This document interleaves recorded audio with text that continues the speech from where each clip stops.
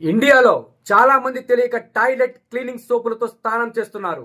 స్నానం చేసిన తర్వాత మన స్కిన్ రఫ్గా అయిపోవడం లేదా తెల్లగా అయిపోవడం గమనించే ఉంటారు.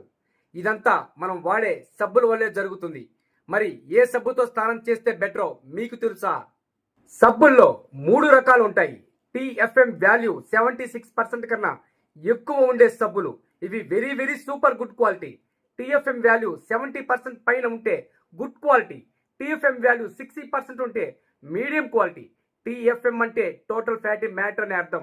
According to bureau of Indian standards TFM value 76% కంటే అంతకంటే ఎక్కువ వాల్యూ ఉంటే సబ్బులను మాత్రమే స్నానం చేసేందుకు ఉపయోగించాలి. ప్రతి సబ్బు వెనుక ఆ సబ్బు యొక్క టీఎఫ్ఎం వాల్యూ ఎంత ఉందో రాసి ఉంటుంది.